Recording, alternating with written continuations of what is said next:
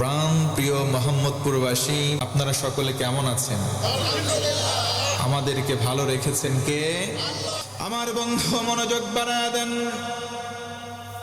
এই দুনিয়াতে আসলাম, আগমন করবার পর আমরা কোনোদিন আল্লাহর কাছে বলি নাই, দরখাস্ত করি নাই। দরখাস্ত ব্যতি রেখে আমার আল্লাহ তিনটা নিয়ামত দিলেন। এই তিনটা নিয়ামতের জন্য কোনোদিন আল্লাহর কাছে বলি নাই, আল্লাহ আমাদেরকে একটা দুইটা করে তিনটা নিয়ামত দান করো।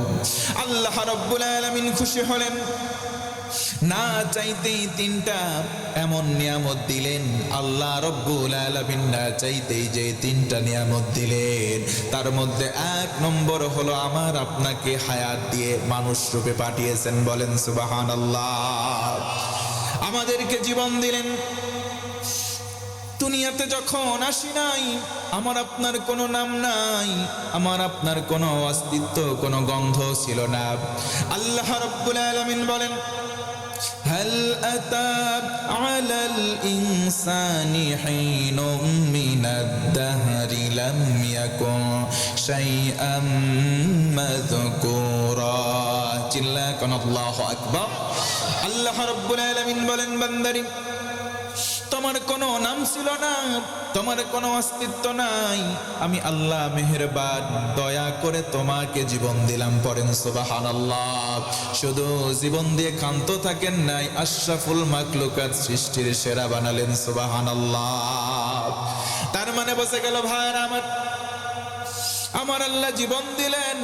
এই জীবনটা এমন ভাবে দামি হয়ে গেল, আল্লাহ রাব্বুল আলামিন শুধুমাত্র সৃষ্টি করে ছেড়ে দেন নাই। এক নম্বর নিয়ামত দিলেন, আমাদের জীবন দান করেছেন, তার মানে হায়াত দিলেন।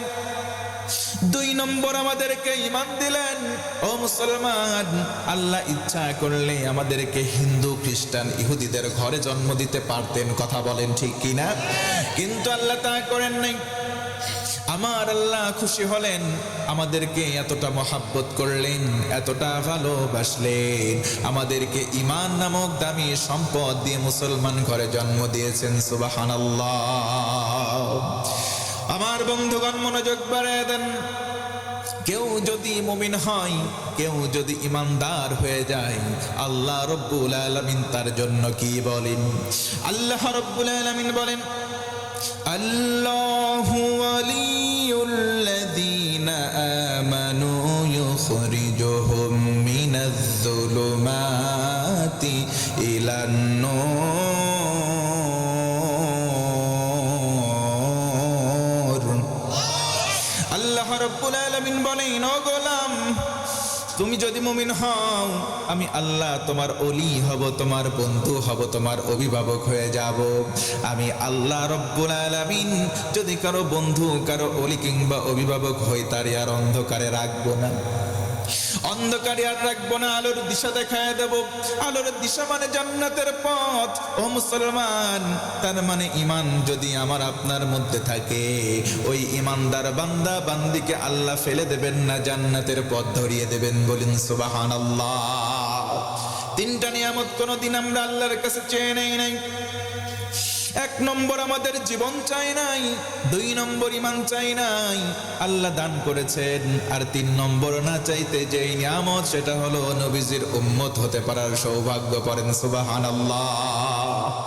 অনেক নবী আলাইহিস সালাতু ওয়াস সালাম ছিলেন, আল্লাহর কাছে দোয়া করলেন, মালিক আমরা নবুয়ত চাই না, আমরা নবীজি সাল্লাল্লাহু আলাইহি ওয়াসাল্লামের উম্মত হতে চাই।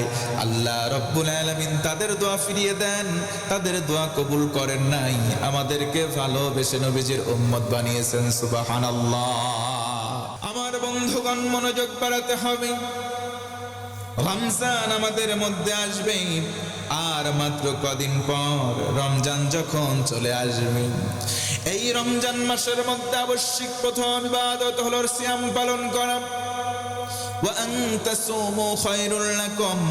আমার আল্লাহ বলেন, বান্দা তোমরা রোজার মাসে রোজা পালন করো, এটা তোমাদের জন্য উত্তম। জোরে বলুন সুবহানাল্লাহ। কুতিবা আলাইকুমুস সিয়াম বললেন, আমার আল্লাহ সিয়ামটাকে আবশ্যক করে দিলেন, সিয়ামটাকে তিনি ফরজ করে দিলেন। একবার খুশি হয়ে বলেন সুবহানাল্লাহ। আল্লাহ রাব্বুল আলামিন এই রমজান মাস যখন চলে আসলো, আল্লাহ রাব্বুল আলামিন বান্দাদেরকে সুন্দর করে জানালেন, আমার বান্দার মধ্যে যারা তোমরা মুমিন রয়েছে, যারা তোমরা ঈমানদার ও মুসলমান। তাফসীরে মুফাসসির উল্লেখ করেন, আল্লাহ রাব্বুল আলামিন যখন মুমিনদেরকে ডাক দেন তখন তার কুদরতি হাত এমন করে উঁচু করে ডাক দেন, জোরে বলুন সুবহানাল্লাহ। ইয়া আইয়ুহাল্লাযীনা আমানু কুতিবা আলাইকুমুস সিয়াম কামা কুতিবা আলাল্লাযীনা মিন ক্বাবলিকুম লাআল্লাকুম তাত্তাকুন।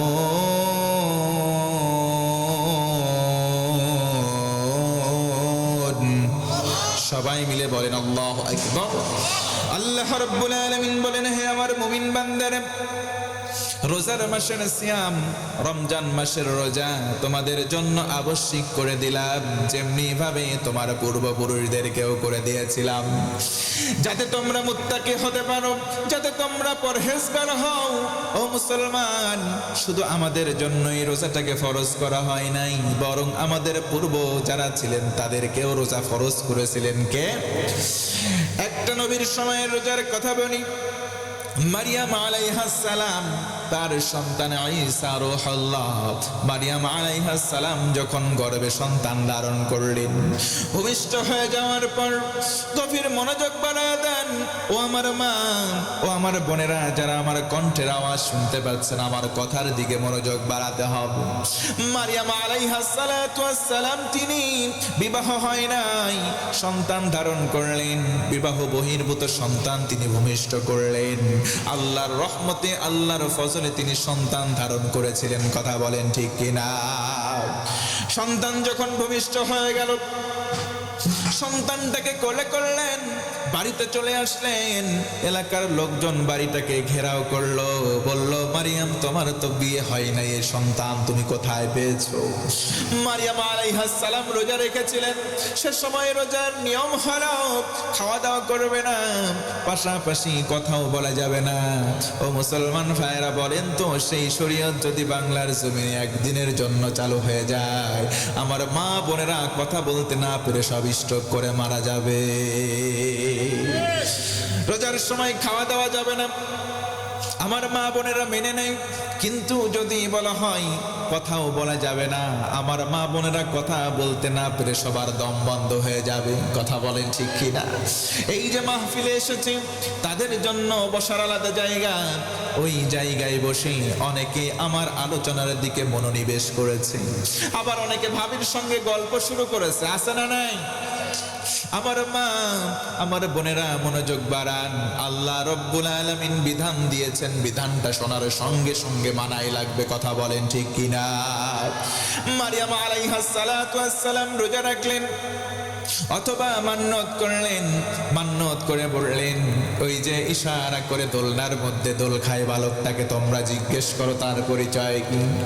ও মুসলমান, ছোট্ট বালক তখন ইশারা করার সঙ্গে সঙ্গে এলাকাবাসী বলল, কাইফা নুকাল্লিমু মান কানা ফিল মাহদি সাবিয়্যা। ওই ছোট্ট বালক, হাতে গোনা কদিন মাত্র বয়স, কেমন করে আমাদের সঙ্গে কথা বলবে? যখন এলাকার লোকজন বলেছে কেমনে কথা বলবে, ছোট্ট বালক ঈসা নবীর জবানটা খুলে গেল। জোরে বলেন আল্লাহু আকবার।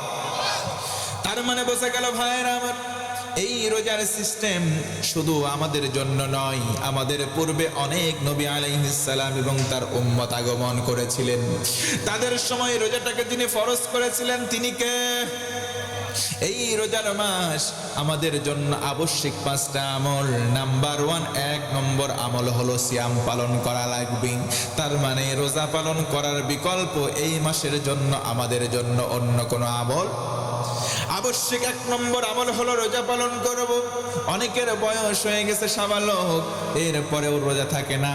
আবার দেখবেন অনেকে কাজ করে, বলে হুজুর আমার দেহে অনেক পরিশ্রম, এই জন্য রোজা রাখতে পারি না।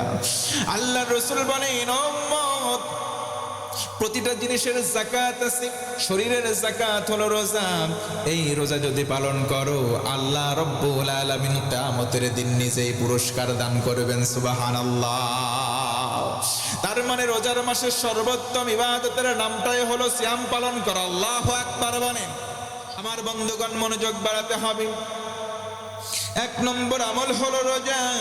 ও মুসলমান, আমরা সবাই আবশ্যিক 1 নম্বর হলো রোজা পালন করব। 2 নম্বর হলো জামাতে আমরা নামাজ আদায় করার চেষ্টা করব, বলেন ইনশাআল্লাহ। ও মুসলমান, আবশ্যিক আমরা দৈনন্দিন জীবনে নামাজ পড়ি। এই নামাজের ওয়াক্ত কয়টা?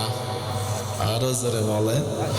5 ওয়াক্ত নামাজের কথা জিজ্ঞেস করছে, অনেকে বলতেছেন না। তার মানে বোঝা গেল 5 ওয়াক্ত নামাজের সঙ্গে আমাদের মোহাব্বত তত একটা। 5 ওয়াক্ত নামাজ পড়ে না, মাগার দেখবেন 5 শ্রেণীর মুসলমান এই সমাজে আছে। 1 নম্বর শুকুর আলী মুসল্লি, সারা সপ্তাহ নামাজ নাই, শুক্রবারে জুমার নামাজে যায়। শুকুর আলী মুসল্লি 2-1টা আছে না ভাই? 2 নম্বর হলো রমজান আলী মুসল্লি, সারা বছর কোনো খোঁজ নাই, রমজান মাসে নামাজে যায়, শুধু তারাবির নামাজে ভিড় জমায়। দেখবেন নিয়মিত মুসল্লিরা ওই সময় সামনের কাতারে জায়গা পায় না। এদের নাম রমজান আলী মুসল্লি। 3 নম্বর বরাত আলী মুসল্লি, সবে বরাতে যায়, সারা বছর কোনো খোঁজ নাই। 4 নম্বর কদর আলী মুসল্লি, সবে কদরের রাতে যায়, আছে না নাই? 5 নম্বর হলো ঈদ আলী মুসল্লি, ঈদের নামাজে যায়, সারা বছর নাই। কথা বলেন, আছে না নাই? আল্লাহ রাব্বুল আলামিন বলেন, ফি জান্নাতি ইয়াতাসাআলুনা আনিল মুজরিমিন মা সালাকাকুম ফি সাকার ক্বালু লাম নাকু মিনাল মুসাল্লিন। আল্লাহ রাব্বুল আলামিন বলেন, ও গোলাম, জান্নাতি আর জাহান্নামী দুটো দলে ভাগ হয়ে যাবে। জান্নাতীরা জান্নাতে চলে যায়, জাহান্নামীরা জাহান্নামে যায়। আমার মোহাম্মদপুরের ভাইরা বলেন তো, জান্নাতি আর জাহান্নামী কি সমান হতে পারে? আল্লাহ রাব্বুল আলামিন বলেন, লা ইয়াস্তাভি আসহাবুন নারি ওয়া আসহাবুল জান্নাহ, আসহাবুল জান্নাতি হুমুল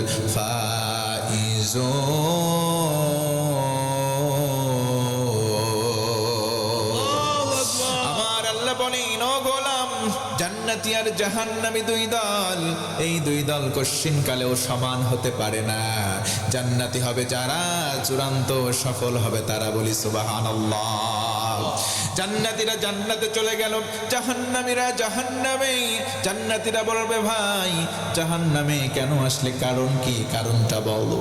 তারা বলবে, লাম নাকু মিনাল মুসাল্লিন, দুনিয়াতে আমরা নামাজ পড়ি নাই। ও মুসলমান, এই জন্য বলেন তো, দৈনন্দিন জীবনে নামাজ পড়ার দরকার আমাদের আছে না নাই? নামাজ পড়বো, আওয়াজ দিয়ে বলেন তো, দৈনিক কয় ওয়াক্ত?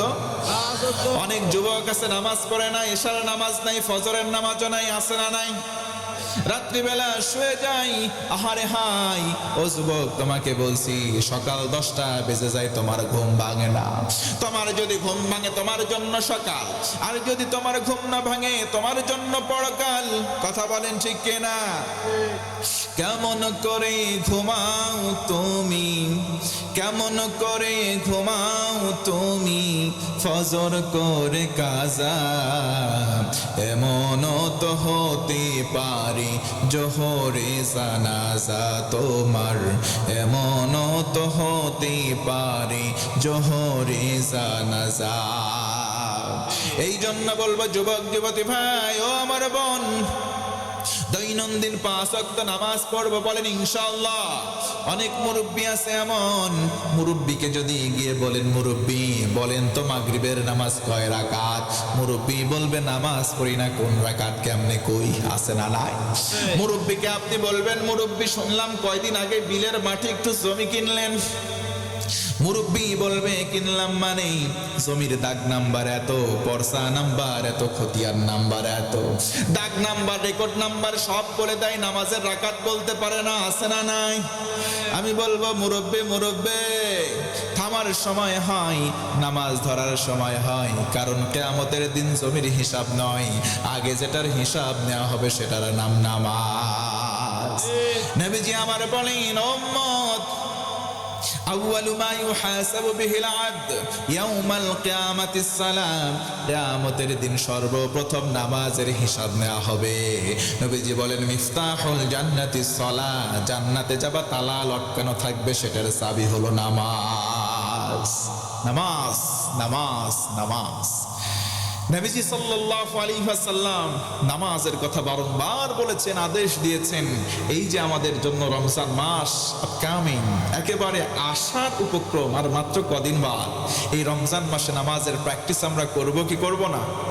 শুধু রমজান মাসে আগেও পড়ার দরকার নাই, পরেও ছেড়ে দেব না, বরং নামাজ আমাদের জন্য সব সময়।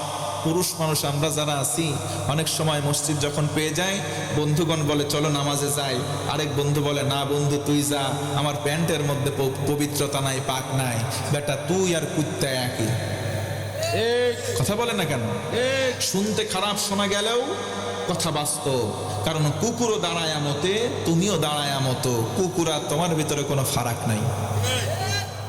রাগ করলেন ভাই? না। এজন্য আসো যুবক ভাই, নবী সাল্লাল্লাহু আলাইহি ওয়াসাল্লাম সাহাবীদেরকে নিয়ে একদিন হেঁটে যাচ্ছেন। নবীজি বললেন, এই দুইটা কবর দেখতে পাচ্ছ, খুব আযাবে নিপতিত হয়েছে, যাও খেজুর গাছের একটা ডাল ভেঙে আনো। খেজুর গাছের একটা ডালকে নবীজি দুই ভাগ করলেন, বললেন দুইটা কবরে পুঁতে দাও। সাহাবীরা জিজ্ঞেস করলেন কেন? নবীজি বললেন, এই দুইটা কবরে আযাব হচ্ছে। আল্লাহু আকবার বলেন। তাহলে কবরে আযাব সত্য, এই হাদিস তার বাস্তব প্রমাণ। কবরে আযাব সত্য, এটা বিশ্বাস হয়? বিশ্বাস হয় তো ভাইরা আমার? বিশ্বাস না হলে ঈমান থাকবে না, কথা বলেন ঠিক কিনা? কবরে আযাব হয়, দুইটা খেজুর গাছ পুঁতে দাও, যতক্ষণ শুকাবে না ততক্ষণ আশা করা যায়, আমি নবী বললাম, আল্লাহ এই শাস্তি এদের দুইজনকে লাঘব করবেন, কমিয়ে দেবেন। সুবহানাল্লাহ। ওই সুন্নাহ দেখে তো আমাদের এলাকার কবরের মধ্যে আমরা মাঝে মধ্যে গাছগুলো পুঁতে দেই। এগুলো দেবেন, এগুলো সুন্নাহর খেলাফ হয় না, নবীজির সুন্নাহ পালন হয়। সুবহানাল্লাহ কোন? নবীজি বললেন, সাহাবীরা শোনো, তাদের পাপ যে অনেক বেশি তা না, তাদের মধ্যে একজনের পাপ ছিল এমন, পেশাব করার সময় সিটা থেকে সতর্কতা করতো, অবলম্বন করতো না। পেশাব করতো, পেশাবের সিটা এসে তার কাপড়ে পড়তো, সতর্ক ছিল না, এই কারণে কবরে আযাব হচ্ছে। তাহলে ভাই, কবরে আযাব থেকে যদি বাঁচতে হয়, পেশাব করার সময় সতর্কতা অবলম্বনের দরকার আছে না নাই? সতর্কতা তো দূরে থাক, হুজুর বাদ দেন, মুইতে তো পানিই নেই না, আছে না নাই? এইগুলো করবা না ভাই। ও যুবক বন্ধুগণ, যারা এই কাজগুলো করেন, আমি করজোরে বিনতি করছি ভাই, এ কাজ করবেন না, তাহলে কবরের মধ্যে আসামির কাঠগড়ায় আমাদের দাঁড়াতে হবে, শাস্তি কবর থেকে শুরু হবে। যার কবর খারাপ তার জন্য বদনসিব, কবর খারাপ তো তার জাহান্নামে যাওয়া লাগবে। আল্লাহ হেফাজত করো, করে না আমিন। তারা কি কষ্ট পাচ্ছেন ভাই? তাহলে ভাইরা বলেন তো একটু আওয়াজ দিয়ে, আবশ্যিক রমজানের মধ্যে আমলের সংখ্যা কয়টা? জোরে বলেন। 1 নম্বর রোজা রাখবো, 2 নম্বর নামাজ ছেড়ে দেব না, নামাজ পড়বো। তাহলে ভাই, এই নামাজ যদি 5 ওয়াক্ত সলিড ভাবে, অ্যাকুরেট ভাবে করতে পারি, আর কি উপকার? আল্লাহ বলেন, ইন্নাস সালাতা তানহা আনিল ফাহশা ওয়াল মুনকার। জোরে বলুন সুবহানাল্লাহ। রমজান মাসে 5টা আমল আবশ্যিক আমল। নাম্বার 1, 1 নম্বর হলো রোজা, 2 নম্বর হলো 5 ওয়াক্ত নামাজ, সাথে সাথে তারাবির নামাজ পড়বো ইনশাআল্লাহ। এরপরে 3 নম্বরে বেশি বেশি কোরআন পড়বো।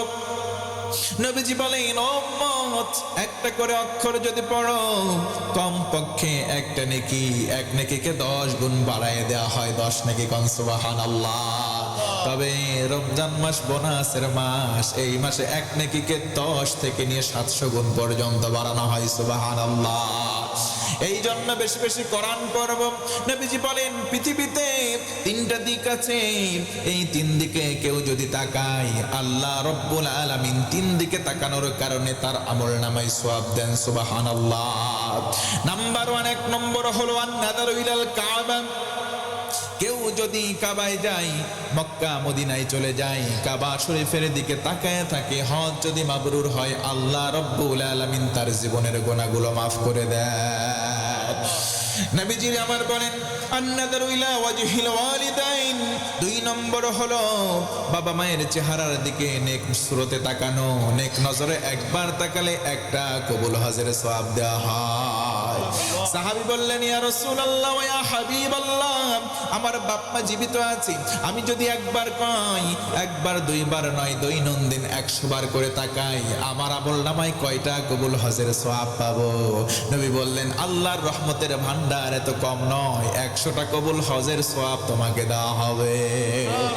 ওই বাপ মা অনেকের কবর জগতের বাসিন্দা, কথা বলেন ঠিক কিনা?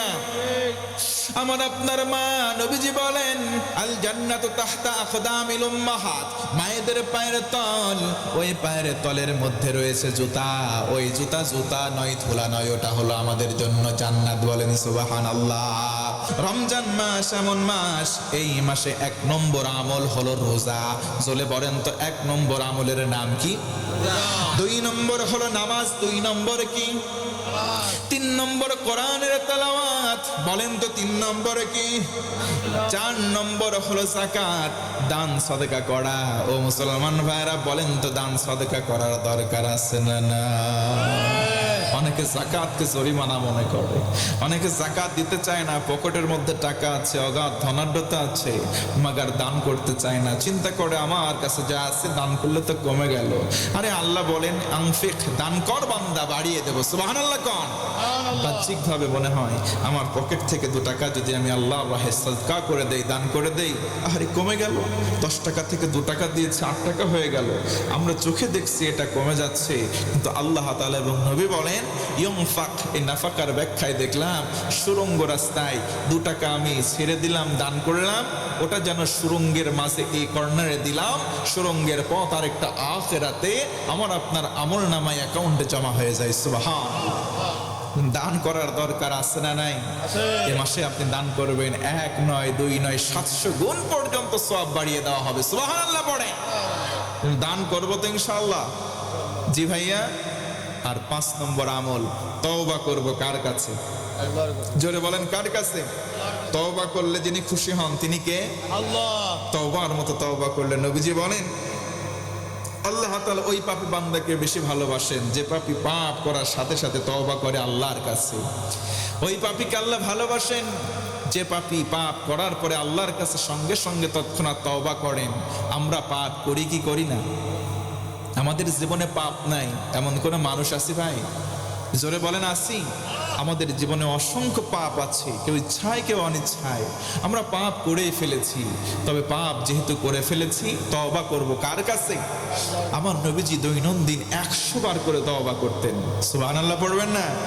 যার আগেও কোনো গুনাহ নাই, পরেও কোনো গুনাহ নাই, যার জিন্দেগিতে কোনো গুনাহ নাই, যাকে মাসুম বলা হয়, সেই নবীজি বলেন, দৈনন্দিন আমি মুহাম্মদ সাল্লাল্লাহু আলাইহি ওয়াসাল্লাম 100 বার আল্লাহর কাছে তওবা করি। নবীজি যদি 100 বার তওবা করেন, আমাদের কয়বার করা উচিত? লক্ষ কোটি কোটি বার করা উচিত। আল্লাহ রাব্বুল আলামিন বলেন, মান তাবা ওয়া আমানা ওয়া আমিলা আমালান সালিহান ফাউলাইকা ইউবাদদিলুল্লাহু সাইয়্যাতিহিম হাসানাত। আল্লাহ রাব্বুল আলামিন বলেন, বান্দারে কেউ যদি তওবা করে, তওবার মতো তওবা যদি হয়, আমি আল্লাহ বললাম ঈমানকে যদি তারপর মজবুত করে, আর যদি নেক আমল জারি রাখে, ও উম্মত উম্মতি, ও গোলাম, পৃথিবীতে যারা আছো শুনে নাও, তওবার মতো তওবা হয়ে গেলে আমি আল্লাহ পেছনের জীবনের সব গুনাহগুলোকে বদল করে নেকি বানায়া দেব। এই জন্য পেছনে আমার আপনার যতই গুনাহ থাক না কেন, তওবার মতো তওবা করব। ও মুসলমান, যদি তওবার মতো তওবা করি, আমাদের জিন্দেগির সব গুনাহগুলোকে যিনি নেকি বানাবেন তিনি কে? আল্লাহর রাসূল দৈনিক কয়বার তওবা করতেন? আমার রাসূল দৈনন্দিন 100 বার তওবা করতেন। ওই রাসূলের জীবন কেমন ছিল একটু আমার দিকে মনোযোগ বাড়ান, একটু শিক্ষা গ্রহণ করেন। আল্লাহর নবীজি একবার হয়ে গেল, একদিন, 2 দিন, 3 দিন, পেটের মধ্যে কোনো দানা নাই, পেটের মধ্যে কোনো পানি নাই। আরে ক্ষুধার্ত অবস্থায় নবীজি আমার কাজের সন্ধানে মদিনার অলি গলিতে করে, নবীজি আমার এই গলিতে যান, সেই গলিতে যান, কাজের সন্ধানে।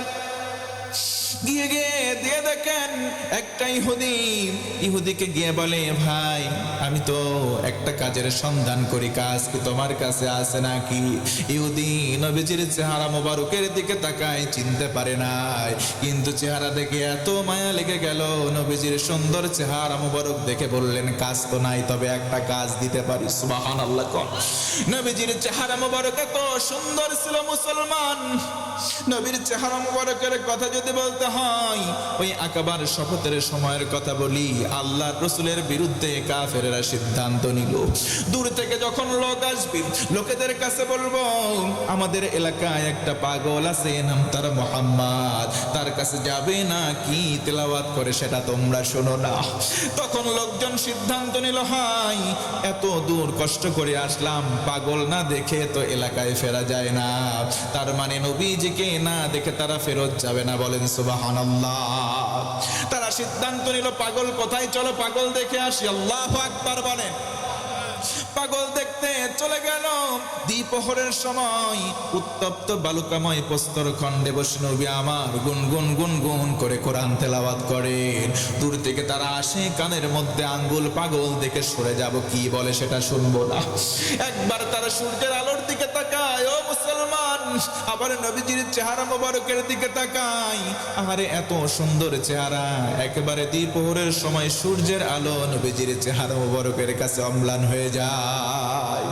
জায়গায় দাঁড়িয়ে তারা তাকিয়ে তাকিয়ে একজন আরেকজনকে বলে, পাগল যদি হবে, মাথার চুলের মধ্যে থাকবে জট, গায়ে থাকবে সালা কিংবা চট, এত সুন্দর চেহারার পাগল তো জিন্দেগিতে চোখে দেখি নাই। বলি সুবহানাল্লাহ।